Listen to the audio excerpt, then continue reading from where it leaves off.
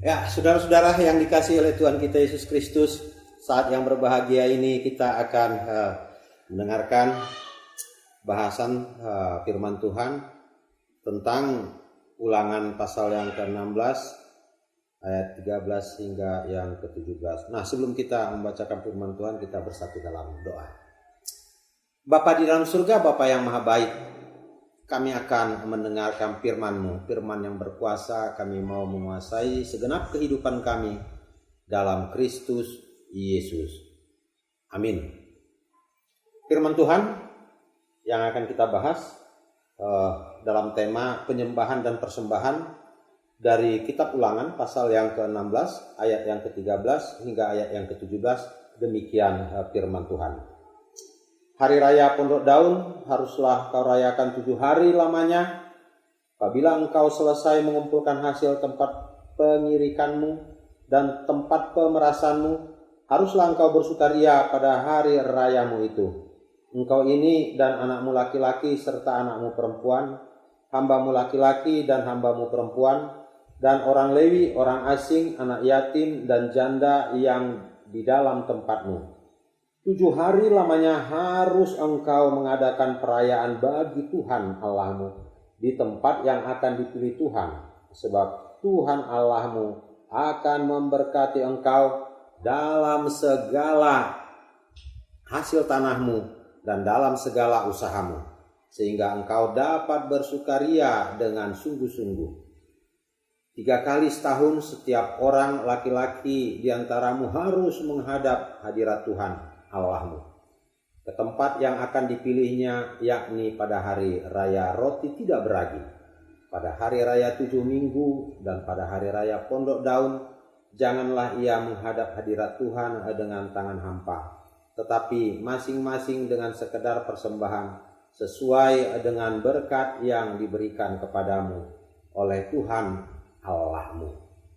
Nah, saudara-saudara yang dikasihi oleh Tuhan kita Yesus Kristus, sebagaimana saya katakan tadi bahwa tema bahasan kita yaitu penyembahan dan persembahan. Nah, kalau kita bicara tentang penyembahan dan persembahan, ini setidaknya harus mencakup unsur internal dan eksternal. Artinya kira-kira begini. Nah, kalau dalam unsur internal atau secara internal, bahwa penyembahan dan persembahan itu terjadi dalam persekutuan jemaat. Penyembahan dan persembahan itu terjadi katakan di dalam ibadah. Nah, dalam ibadah kita mau katakan firman diberitakan dengan benar dan sakramen dilayangkan dengan baik. Nah, penyembahan dan persembahan harus juga dilaksanakan secara eksternal. Artinya bahwa ini harus berlangsung di dalam gereja. Gereja yang dalam bahasa Yunani itu disebut eklesia. Nah, artinya dipanggil dan diutus di tengah dunia. Artinya ketika penyembahan dan persembahan berlangsung, seluruh anggota jemaat itu harus ikut ambil bagian dalam melaksanakan misi. Misi dimaksud itu menyangkut kesaksian dan diakoni. Nah, oleh sebab itu bicara soal penyembahan dan persembahan terkait unsur internal dan eksternal, maka di dalamnya menjadi sempurna. Kita lakukan penyembahan dan persembahan dalam ibadah di mana firman diberitakan, sakramen dilayangkan, lalu di dalam penyembahan dan persembahan kita sebagai anggota jemaat juga melakukan misi dalam arti bersaksi, kesaksian dan diakoni. Nah, saat yang berbahagia ini kita sekarang bersama-sama dengan seorang anggota jemaat yang berasal dari Kabupaten Toba, begitu ya? Ya, kita perkenalkan nama. Ya, nama saya Darwin dari Kabupaten Toba. Ya, boleh kami ketahui bagaimana tentang peribadahan menyangkut penyembahan dan persembahan kita kaitkan dengan situasi pandemi COVID-19 ini. Ya, terima kasih. Kalau menurut pengamatan kami di Kabupaten Toba, bahwa peribadatan yang terjadi setelah pandemi itu ada perubahan di masyarakat. Perubahan yang ke arah yang lebih baik. Kenapa? Karena kebanyakan masyarakat dan jemaat di Kabupaten Toba lebih punya hasrat untuk beribadah. Karena mungkin sudah 3-4 bulan tidak diizinkan untuk beribadah. Jadi mereka berlomba-lomba untuk beribadah. Oh, begitu ya? Iya. Jadi ada sesuatu yang positif yang diambil lewat situasi yang terjadi ya? Iya, sangat positif. Karena di gereja juga, yang di beberapa gereja di Toba diberlakukan aturan protokol kesehatan seperti pembatasan jumlah yang ikut kebaktian. Yang biasanya satu gereja itu isinya 300-500 orang, sekarang hanya 50 orang. Jadi selebihnya jemaat yang terlambat, yang tidak tepat waktu akan disuruh pulang. Sehingga yang pulang itu kerinduannya untuk beribadah makin besar dan sangat besar. Ya, itu yang baik. terjadi. Kalau terkait dengan penyembahan dan persembahan, ya sebagai anggota jemaat dikatakan itu juga dia harus ikut ambil bagian dalam melaksanakan misi. Misi itu tentang kesaksian ya dan diakoni, ya berkaitan dengan diakoni pelayanan. Kira-kira bagaimana? Semakin ia mempunyai hasrat keinginan untuk melakukan pelayanan atau bagaimana? Ya, baik. Pelayanan yang kita kaitkan di sini adalah dengan rasa care, rasa peduli terhadap sesama jemaat, itu juga pelayanan. Ya. Ya, dan ini juga terjadi peningkatan yang mungkin signifikan. Kenapa? Karena selain gereja sendiri berlomba-lomba untuk mengumpulkan dana dan memberi kepada jemaat yang terdampak COVID, beberapa anggota jemaat yang bisa dianggap mampu juga mau menyumbangkan sebagian dari yang dia punya untuk membantu sesamanya dalam penyediaan bahan pangan untuk yang terdampak COVID. Ya. Baik, kalau kita kaitkan sekarang dengan teks kita ya, teks kita ini Ulangan 16 ayat 13 sampai 17, ini bicara ya fokusnya itu tentang perayaan Hari Raya Pondok Daun. Nah, dalam tradisi Yahudi, mereka mengenal setidaknya kita akan katakan ada 3 ya perayaan besar. Yang pertama itu Paskah. Ya. Paskah yang semula ini untuk memperingati pengalaman umat Israel ketika keluar dari Mesir, kemudian ini berkembang menjadi perayaan perjamuan kudus yang dilakukan oleh Yesus. Itu perayaan yang pertama. Perayaan yang kedua, 7 minggu setelah Paskah, setelah kebangkitan ya, ini kemudian ini dirayakan. Itulah yang disebut dengan Pentakosta. Penta artinya hari yang ke-50 ya. 7 minggu itu ya. Kemudian itu setelah Paskah kemudian merayakan lagi ya, perayaan hasil panen gandum ya, perayaan hasil panen gandum. Nah, di sini kemudian orang mengatakan Pentakosta ini merayakannya dengan ya perayaan turunnya Roh Kudus. Jadi tiga perayaan besar seperti yang telah kita dengar tadi. Pertama perayaan Paskah, yang kedua perayaan 7 minggu setelah Paskah ya, itu Pentakosta, dan yang ketiga itu perayaan Pondok Daun. Nah, inilah yang coba kita gumuli bersama. Nah, saudara-saudara, tentang pengalaman umat Israel keluar dari Mesir, ini merupakan pengalaman yang sangat-sangat luar biasa ya. Ya, pengalaman yang begitu pahit, ya, menyakitkan. Tapi sekalipun umat hidup dalam kesulitan, Tuhan tetap menyertai mereka. Tuhan tidak pernah meninggalkan kehidupan mereka. Nah, saya juga berharap dengan kehidupan kita saat sekarang ini, sekalipun begitu sulitnya ya, menghadapi pandemi COVID-19 ini, ya, Tuhan akan menyertai kehidupan setiap orang yang mau menyerahkan ya, berbagai tantangan dan pergumulan dalam kehidupannya. Nah, contoh-contoh yang boleh kita lihat di mana Tuhan menyertai kehidupan mereka, misalnya pada waktu siang Tuhan menyertai dengan tiang awan, itu dijelaskan ya. Kita boleh membaca itu misalnya dalam kitab Keluaran pasal 13. Pada malam hari itu dengan apa? Dengan tiang api. Lalu kita juga mengetahui tentang pengalaman umat Israel ketika keluar menyeberangi, mau melewati laut Tiberal ya. Ya, ini boleh dikatakan maju kena, mundur kena. Maju di depan terhalang oleh laut. Lalu kalau mau mundur, di belakang serdadu tentara Firaun sudah mengejar-ngejar mereka.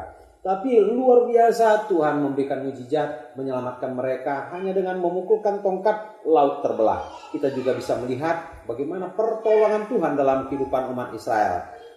Tuhan juga memberi mereka minum, ya. Ketika mereka bersungut-sungut tidak ada minuman, ya air semua rasa pahit, kemudian itu bisa dirubahkan menjadi air yang berasa manis. Selain itu juga kita mengetahui penyertaan Tuhan dalam kehidupan mereka. Ya, ada kesulitan yang begitu luar biasa soal makanan. Apa yang diberikan oleh Tuhan? Tuhan mendatangkan makanan langsung dari langit, yaitu berupa manah dan daging burung puyuh. Lalu kalau kita melihat juga penyertaan-penyertaan lainnya, ada banyak yang terjadi dalam kehidupan mereka. Nah, saudara-saudara yang dikasihi oleh Tuhan kita Yesus Kristus, perjalanan keluar ya dari Mesir itu terus ditapaki, ya, memakan waktu yang cukup panjang, 40 tahun lamanya katanya. Nah, dalam perjalanan itu mereka tiba di Gunung Sinai. Ketika mereka tiba di Gunung Sinai, disitulah ditetapkan juga perayaan yang 3 tadi.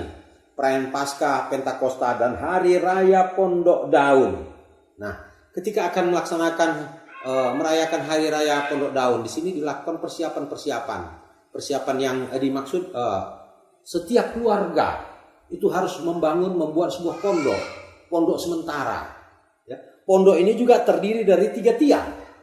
Dan pondok ini harus dibangun ya sedemikian kokoh. Supaya apa? Supaya tahan akan hantapan tiupan angin dan sebagainya.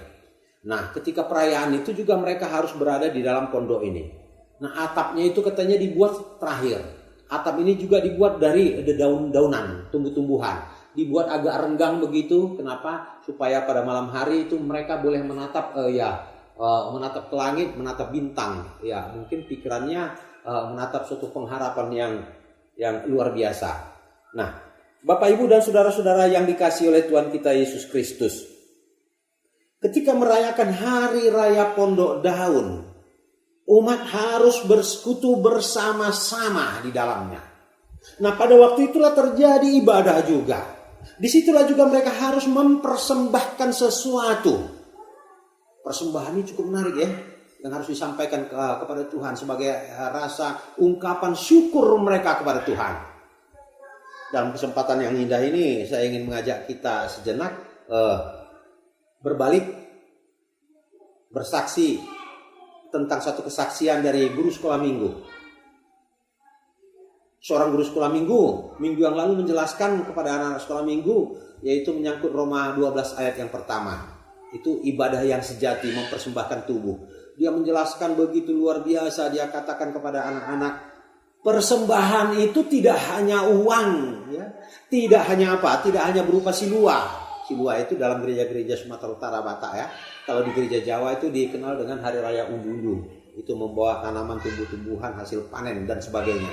Tidak hanya berupa itu, tapi persembahan itu juga menyangkut diri kita. Nah, oleh sebab itu di gereja ini ya awal berdirinya ada banyak orang yang mau mempersembahkan dirinya. Sehingga ketika mereka mempersembahkan dirinya, ya terbentuklah satu komunitas Kristen, membentuk sebuah gereja.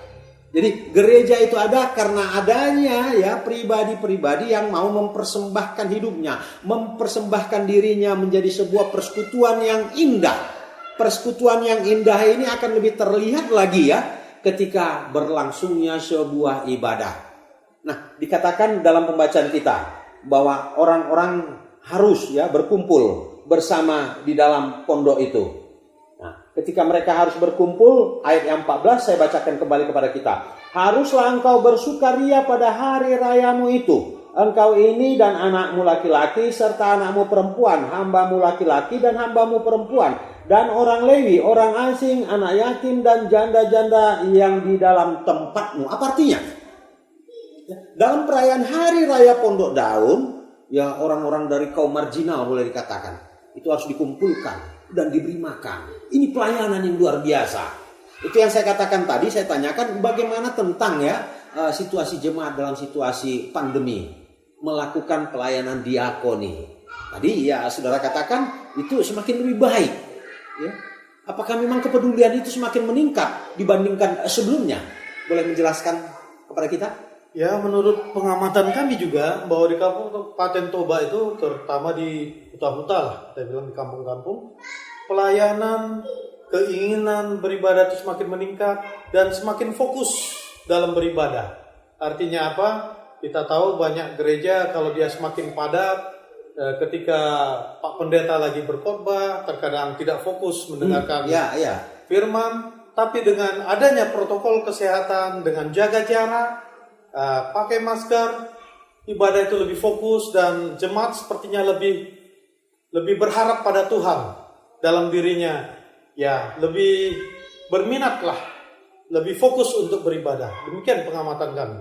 Begitu. Berarti dalam memaknai situasi yang sulit begitu ya, tetap jemaat mendapatkan sukacita yang begitu luar biasa di dalamnya.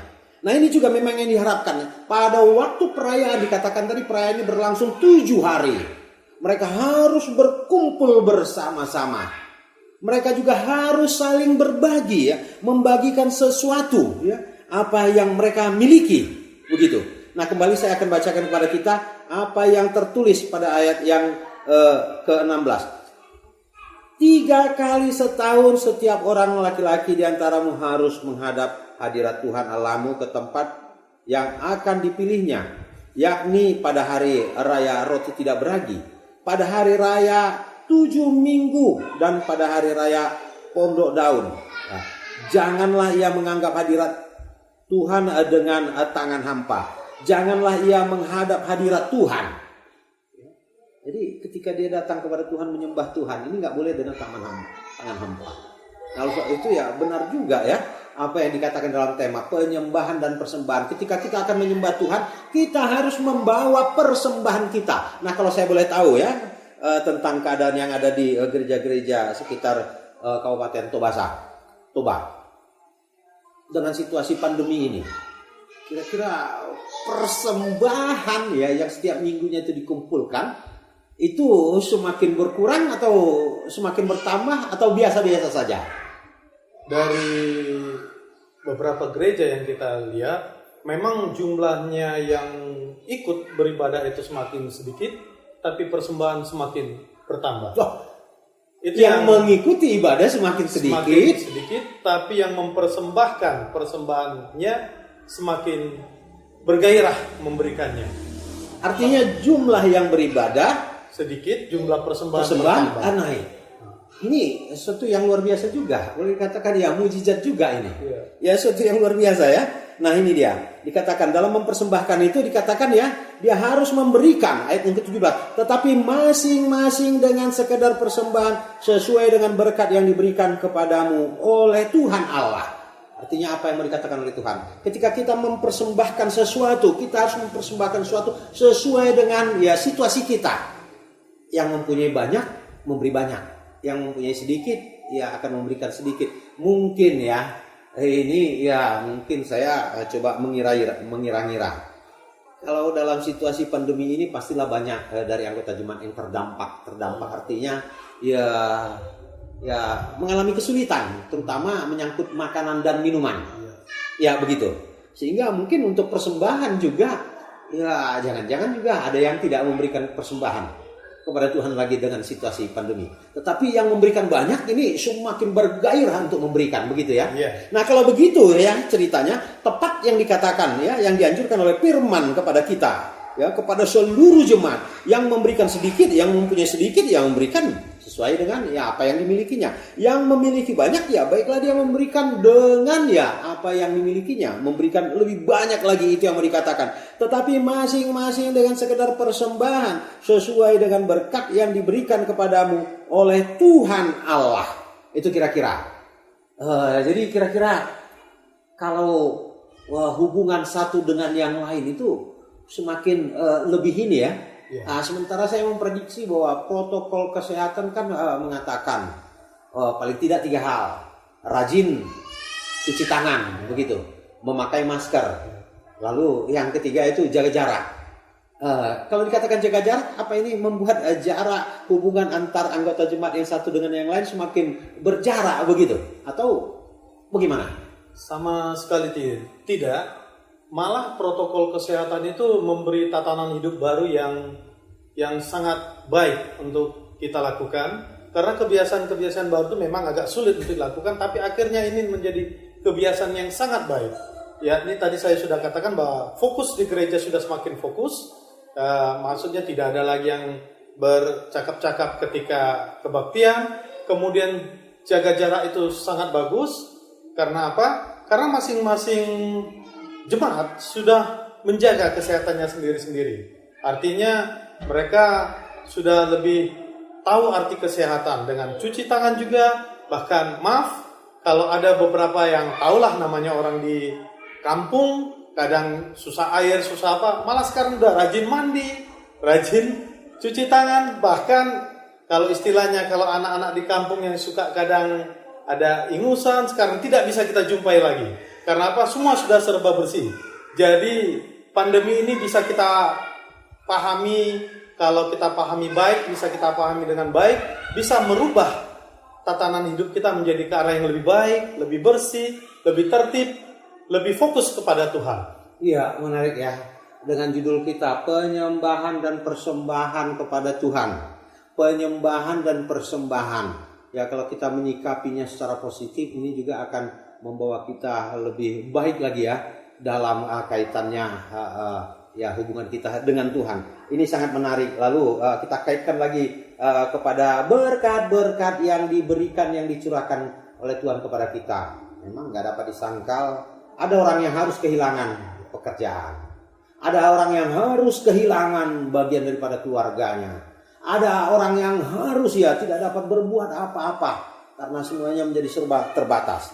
Tapi ya sesuatu yang luar biasa, kepada kita tetap diajarkan agar kita tetap melakukan penyembahan dan persembahan. Ketika kita melakukan penyembahan dan persembahan, jangan pernah menyembah Tuhan dengan tangan hampa, begitu ya. Jangan pernah menyembah Tuhan dengan tangan hampa. Baiklah kita datang kepada Tuhan, memberikan hati dan pikiran kita dengan setulus-tulusnya, dengan seikhlas-ikhlasnya. Saya teringat ada ucapan orang yang mengatakan begini, orang menjadi kaya ketika ia juga menjadi kaya dalam kebaikan. Kira-kira setuju nggak untuk ucapan ini? Orang menjadi kaya ketika dia juga kaya dalam melakukan kebaikan. Sangat setuju. Sangat setuju ya, itu benar ya. Nah, soal itu ya, kira-kira ada nggak yang mau disampaikan kepada seluruh jemaat yang ada di Tobasa dalam kesempatan ini? Apa harapan-harapan supaya seluruh jemaat yang ada di Tobasa, bahkan yang ada di kota Medan, Sumatera Utara, bahkan di seluruh dunia, untuk mereka lakukan menghadapi situasi pandemi dalam kaitan tema kita, penyembahan dan persembahan? Harapan saya ya simpel saja, kiranya semua jemaat di gereja manapun yang berada, baik di Kabupaten Toba, dimanapun di Indonesia, ya tetap bertahan, tetap bersyukur pada Tuhan, tetap memohon pada Tuhan, dan ingat tetap mematuhi perintah dari pemerintah. Karena apa? Karena pemerintah merupakan wakil Tuhan di dunia ini, yang perintahnya cuma 3. Tatanan hidup baru itu cuma 3. Jaga jarak, pakai masker, dan terus cuci tangan. Demikian. Ya, terima kasih. Saudara-saudara yang dikasihi oleh Tuhan kita Yesus Kristus, baiklah dalam tema penyembahan dan persembahan kita melakukannya kepada Tuhan dengan melakukan secara tulus, ikhlas dalam kehidupan kita. Ya, kita memberikan juga sesuai dengan kemampuan kita, sesuai dengan besaran berkat yang diberikan oleh Tuhan kepada kita. Dan satu hal yang menjadi sangat penting, bahwa penyembahan dan persembahan harus kita lakukan secara internal dan eksternal. Secara internal itu menyangkut ibadah di mana firman yang disampaikan itu harus kita terima, kita serap dengan benar. Ketika kita juga melakukan perjamuan, kita melakukannya dengan sebaik-baiknya. Lalu secara eksternal, sebagai gereja, eklesia yang dipanggil dan diutus ke dalam dunia, kita melakukan kesaksian. Kesaksian hidup kita ini kiranya bermanfaat, berguna untuk saudara-saudara kita lainnya. Dan dalam melaksanakan misi juga kita diminta untuk melakukan pelayanan diakoni, pelayanan untuk menolong sesama kita bagi saudara-saudara kita yang terdampak, kaum marginal, apakah itu hamba, apakah itu ya seorang yang ya kesulitan untuk mendapatkan makanan, dikatakan tadi janda-janda dan sebagainya. Ya, bagaimana kita bisa memberikan perhatian kepada mereka. Semoga dalam situasi yang sangat sulit pun ya, firman Tuhan ya tetap memberikan semangat kepada kita. Amin. Shalom untuk kita semua. Kita bersatu di dalam doa. Bapa Surgawi, Bapa yang Maha Baik, terima kasih untuk firman-Mu. Firman yang berkuasa, kami tetap mau menguasai segenap kehidupan kami. Sehingga kami boleh terbebas dari berbagai tantangan dan cobaan yang kami hadapi dalam Kristus Yesus. Amin.